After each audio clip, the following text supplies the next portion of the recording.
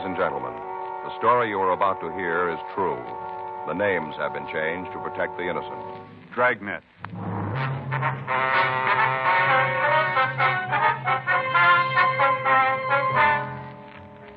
You're a detective sergeant. You're assigned to homicide detail.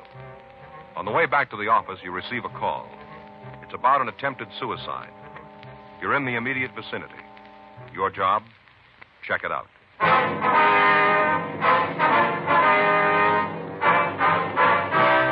Dragnet, the documented drama of an actual crime.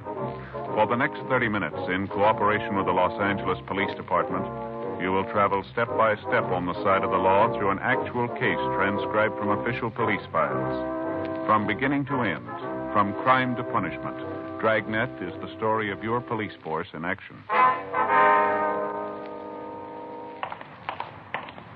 It was Tuesday, March 24th. It was windy in Los Angeles. We were working the night watch out of homicide detail. My partner's Frank Smith. The boss is Captain Warman.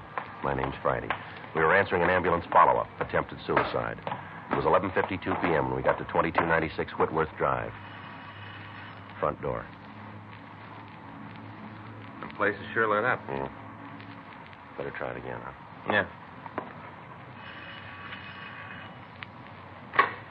You the police? Yes, ma'am. This is Frank Smith. My name's Friday. Come on in. Thank you. He's in there at the study. Who is he? Colonel Hamlin. Are you Mrs. Hamlin? Yes. Door's locked. Oh. Hamlin. Hamlin. Come on, open the door. He has a gun. Said he was going to kill himself. Yes, ma'am. Is there another key to this door? No. Want to give me a hand, Frank? We'll try to force it. Yeah. Wait a minute. Let's try it this way. Come on. Guess it isn't going to give. No. There's another way into the room, ma'am. No, this is the only door. How about windows? What? Windows leading into it. Yes, off the front porch. Came in here drunk, caused a scene. Down this way? Yes. Just the window here? Yes, it is. Can you see anything? No, let me have your flashlight. Yeah, here you go. Yeah. I can see him there on the floor. Can't you do something? He might still be alive. Well, screen's locked. You got something to cut it with? Just a minute. Try these keys. Yeah. That's got it. Good. Okay. Let's see if we can get the window open. Yeah. I can't. I'm going to have to break this, man. Well, I don't care as long as you get to him. All right. You want to hold the light for me? Yeah. You better stand back, man. The glass Hurry, here. please. All Just right. hurry. Can you reach the latch from there? Wait a minute. Yeah, I think so. Yeah, I got it. I'll give you a hand in. All right. Can you see if he's still alive? Just a minute. We'll have to get into the room first, ma'am. Watch your step there, Joe. Yeah. All right, come on. I'll give you a hand. All right. Thanks. As soon as the ambulance gets here, will you show the attendant how to get in? Yes, can you tell if he's alive yet? No, ma'am, not yet.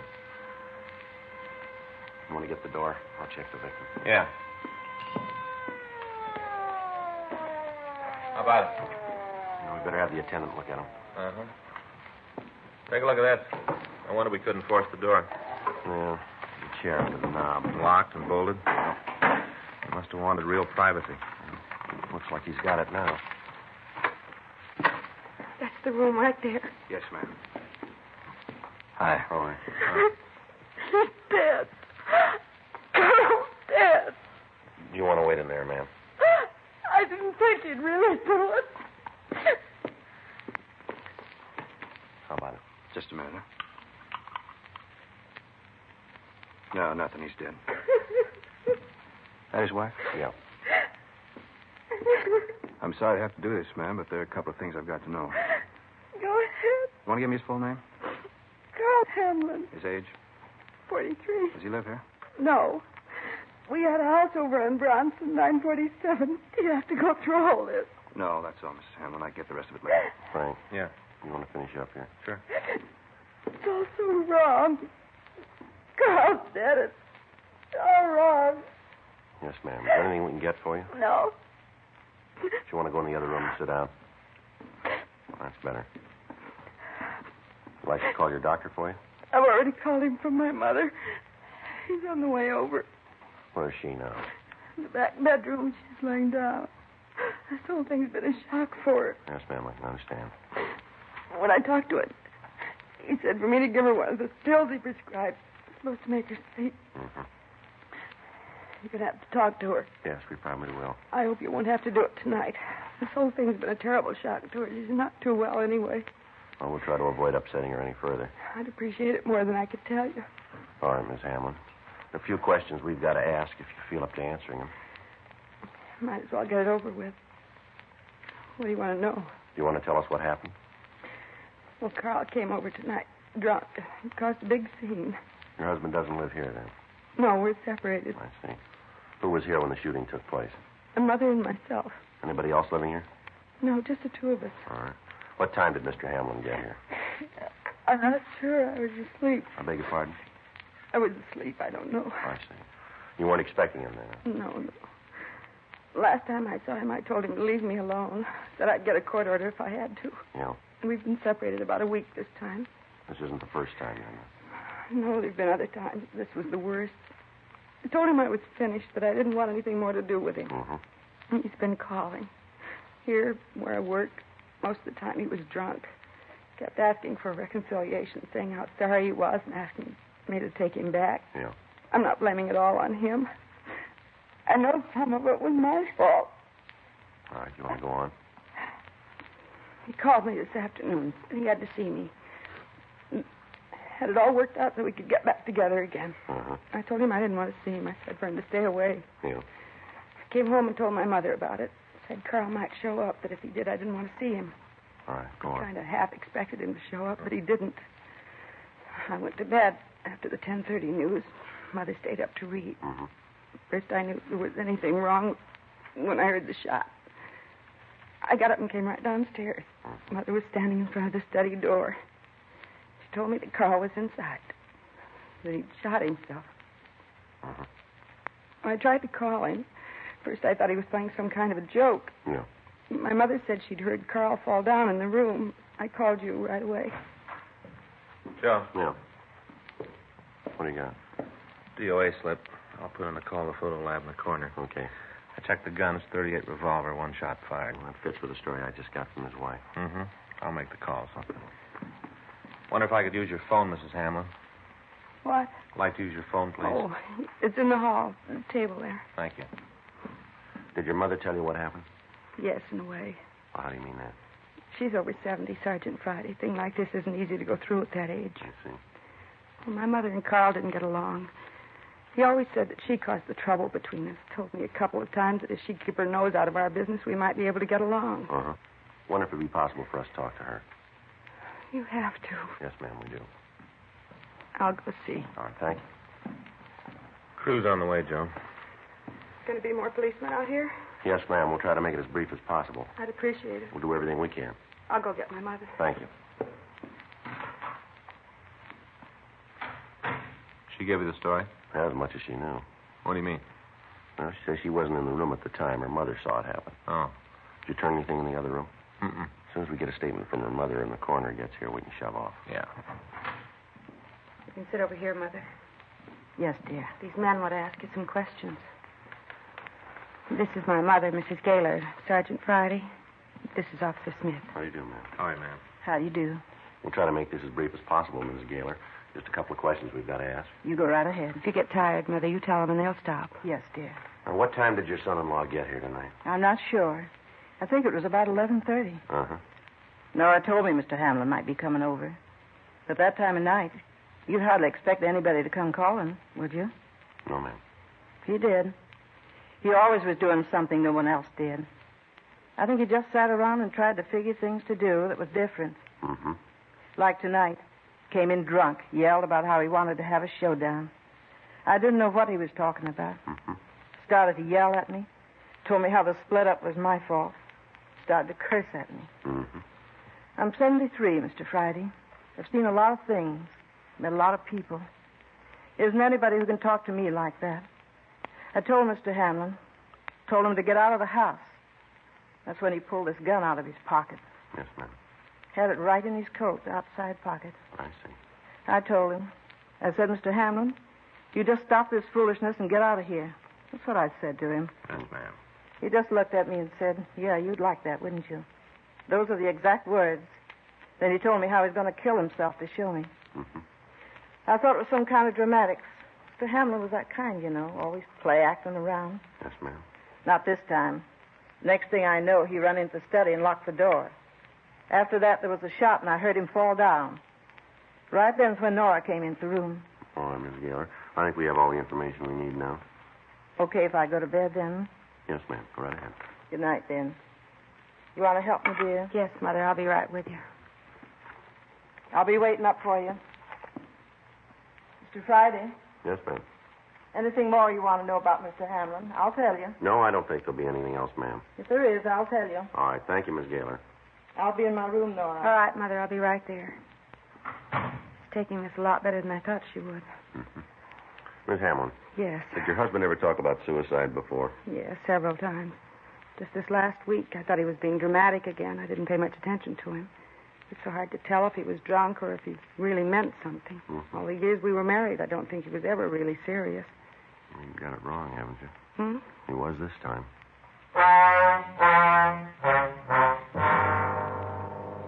1:14 a.m. The photographer got to the house and took pictures of the room. The coroner removed the body to the county morgue, and at 2:37 a.m., Frank and I left the house. We went back to the office and filled out the 3.11.1 form, listing the death of Carl Martin Hamlin as a suicide. Frank called the coroner's office to find when we could get the results of the autopsy. They told us we'd have the necessary information late that afternoon. 3:18 a.m., we signed out of the office and went home. At 10:15 that morning, we got a call from Ray Pinker. He asked us to come right over to the crime lab. We were running a routine check this morning. Came up with a couple of things I think you'd like to know. All right, what do you got, Ray? Here, take a look. Now, this is a bullet we fired from the gun found in the victim's hand. Yeah. Now, there. You can see it weighs 130 grains. Uh-huh. Now, this is the bullet that killed the man. Take a look. That's all out of shape. Mm-hmm. See anything else? No, looks all right to me. Yeah, what are you building, Ray? Well, I checked this one pretty carefully. Made sure that all of it was here. You know, that none of the lead had been sheared off by bone tissue. Yeah. None missing. It's complete. Yeah. Now, take a look. Here, let me put this one on the scale. Now, check it yourself. 95 grains. Yeah? 35 grains difference. Now, let me show you something else here. I figured the length of both bullets. They don't check out either. What's it mean, Ray? Bullet that killed Hamlin's a .380. It's a European calibration. Mm-hmm. Gun he had in his hand's a .38 revolver. Yeah. .380's automatic ammunition. Yeah. This fellow Hamlin pulled a pretty neat trick. Well, what do you mean, Ray? He killed himself with a bullet that couldn't possibly be fired from the gun he was holding. Huh. Something sure out of place. Yeah. Might as well tear up the forms you filled out on this one. No suicide. Yeah. You got to find a murder gun.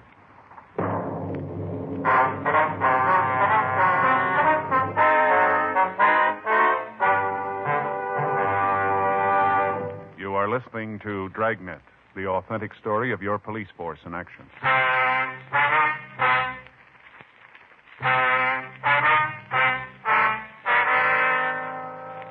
11:12 a.m. Frank and I, along with Ray Pinker, left the crime lab and we drove out to see Nora Hamlin. From the physical evidence on hand, the way the door had been locked, and the fact that the windows had been bolted from the inside, it appeared unlikely that anybody could have left the room after Carl Hamlin had been shot. Yet from the information we'd gotten from Pinker, there had to be another gun involved in the killing. 11:24 a.m. We got to the house on Whitmore Drive. Good morning. I didn't expect to see you back so soon. You want to come in? Yes, ma'am. Miss Hamlin, this is Mr. Pinker from our crime lab. Ray, Miss Hamlin. It's nice to know you, Mr. Pinker. How do you do? Are there some more questions you have to ask? Yes, ma'am, that's right. Wonder if we could take another look at the study. Oh, sure. Didn't the men who were here last night get what they needed? Well, we'd just like to check it again with Mr. Pinker here. Uh-huh. Well, you know where it is. How's your mother feeling this morning? She had a good sleep. The doctor gave her a sedative. She's still in bed. We'll try not to disturb her. Well, you go ahead with what you have to do. I'm trying to get the house in order. If there's anything you want, I'll be across the hall. Thank you. Thanks. Start over here, Ray. Mm-hmm. This is where we found him. You can see there where we had to break the window to get in. Mm-hmm. Frank? Yeah. You got that sketch you made last night? Yeah. Yeah, here it is. You want to take a look, Ray? Yeah. There you can see the body was about here. Mm-hmm. Over here.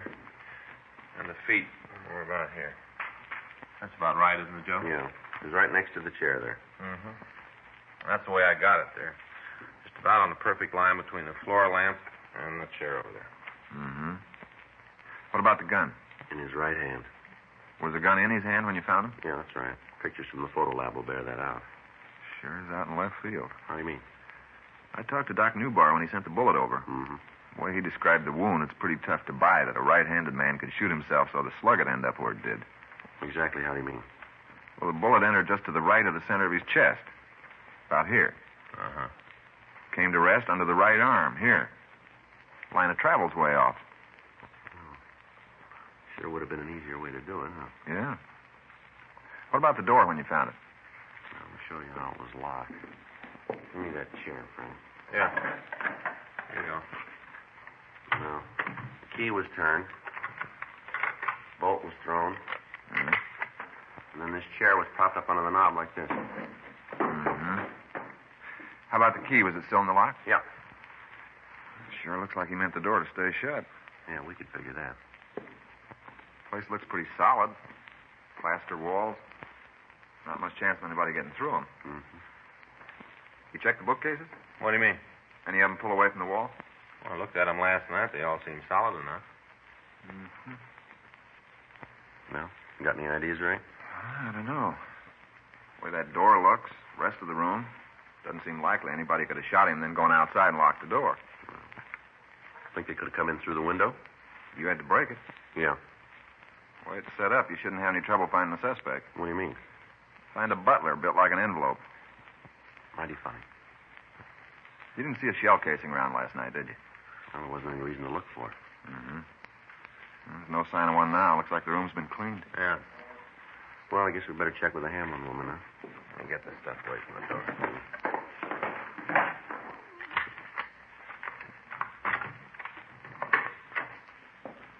Miss Hamlin. Miss Hamlin? Oh, yes, just a minute. Something you want? Yes, ma'am. Has anybody been in the study since we left last night? I didn't know I wasn't supposed to. You didn't say anything about it. Well, did you clean the room? Yes, I told you. I was straightening up the house. I ran the vacuum in here. Did you see an empty shell casing? I don't know what you mean. Well, it looks like this, ma'am. See? The brass part on this bullet. No, I didn't see anything like that. Have you emptied your cleaner since you used it this morning? No. Wonder if we could see it. Sure. I don't understand what this is all about, but if you want to see the vacuum, I'll get it. If you want to tell me where it is, I'll get it for you. Oh, it's no trouble. In the closet here in the hall. Can I give you a hand with it? It's not heavy. You want the attachments, too? No, ma'am. Just the cleaner itself. All right. There it is. Mm-hmm. All right if we use a piece of this newspaper? Sure, go ahead. I guess you know what you're doing. That's the way you take the dust bag out? Yeah, just flip that little catch on the side there. Mm-hmm. If you'll tell me what you're looking for, I might be able to help. How about it, Ray? Yeah. Here it is. 380? Yeah. What's all that mean? Do you have another gun in the house, Miss Hamlin? No. You pretty sure about that? Yes. What makes you think there might be another one? Well, how many shots did you hear last night, Miss Hamlin? What do you mean? Well, just that. How many shots did you hear? One. You sure about that? Yes, why? We've got reason to believe that there were 2 shots fired. What difference does it make how many there were? Pretty big difference. Why is it important? My husband killed himself. Can't be sure how many I heard. 1, 2, 3, half a dozen. What difference does it make? Well, we'll try to explain it to you. Your husband was holding a .38 caliber revolver when we found him. But the bullet that killed him came from a .380 automatic. I don't know what you're talking about. What are you trying to say? Well, I think you'll understand this. Your husband didn't kill himself. You're not serious. Afraid we are, ma'am. This whole thing is ridiculous. The evidence makes it true. Who'd kill him? Who'd have a reason? We'd like to know that, too. Would you get your mother, please? What do you want to talk to her about? What if you'd get her, please? I'm not going to have her dragged into anything. She's had enough trouble. There's no reason for you to make any more. Don't worry about it, Nora. Mother, you shouldn't be out of bed. I heard the talking. I've been listening. Haven't seen you before. You policeman, too? No, ma'am. I'm Ray Pinker. How do you do? Jessie Gaylor, Nora's mother. How are you? Now, what's all this about Mr. Hamlin not killing himself?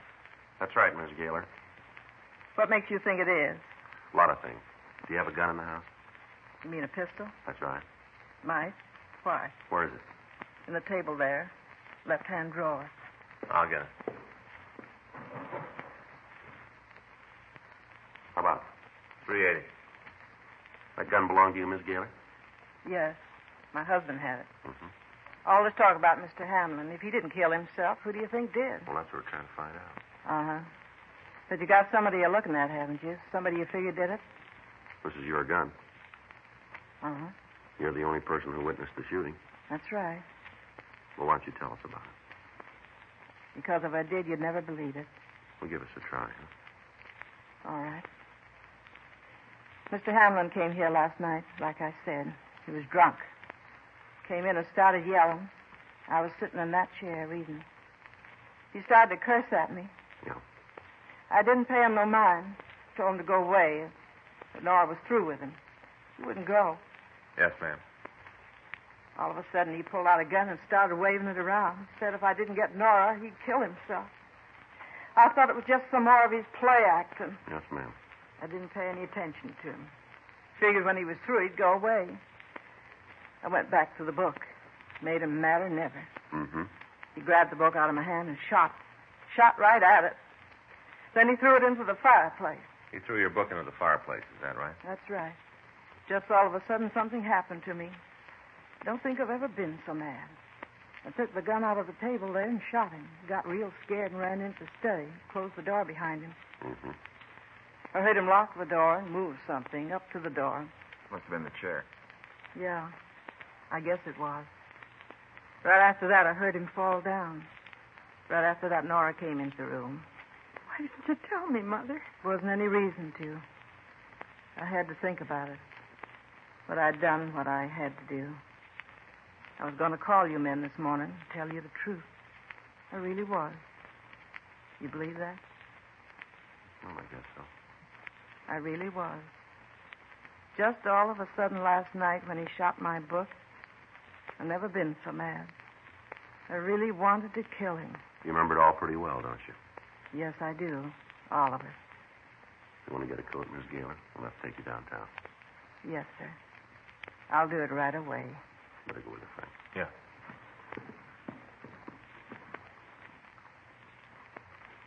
Is it going to be all right? We don't decide that, ma'am. But she told the truth. Isn't that going to make a difference? We'll put it down that way. You want to get that book, Ray? We're going to need it. Yeah. She didn't say a word about it. Yeah, I know. Story's still pretty hard to believe, isn't it? Here we are. Here's the book Hamlin shot. Slug's still in it. Looks like a 38. Mm-hmm. Might have made her mad enough to kill him. Yeah? What is it, Mr. Friday? Holy Bible. The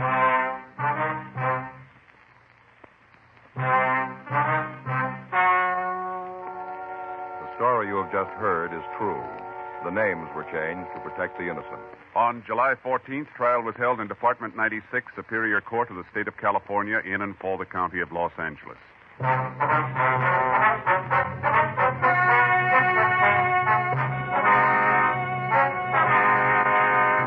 Jessie Margaret Gaylor was examined by 3 psychiatrists appointed by the court and found to be insane during the commission of the crime.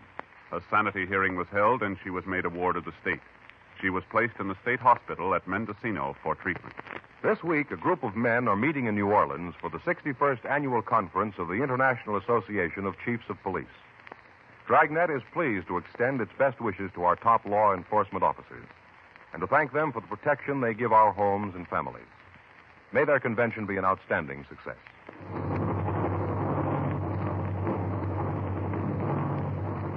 Dragnet. The story of your police force in action is a presentation of the United States Armed Forces Radio Service.